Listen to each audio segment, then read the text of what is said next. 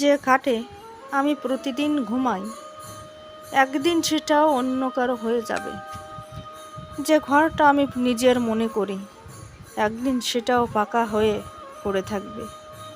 যে মানুষগুলোকে আমি আপন ভেবেছিলাম সময়ের নিয়মে, তাদের সাথে একদিন আলাদা পথে হাঁটতে হবে। তবুও আমরা এমনভাবে বাঁচি যেন এখানে সব কিছু চিরস্থায়ী, যেন এই শহর, এই ঘর, এই সম্পর্কগুলো কখনোই শেষ হবে না।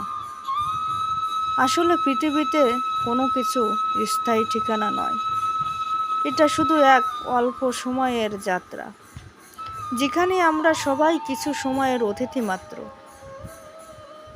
সময় শেষ হলে ফিরতে হবে সেই মাটির ঘরে, যেখানে সবাই একদিন একা হয়ে ফিরে যায়। নাম, পরিচয়, ঠিকানা সব কিছু পিছনে রেখে চলে আসতে হয় সেই মাটির ঘরে।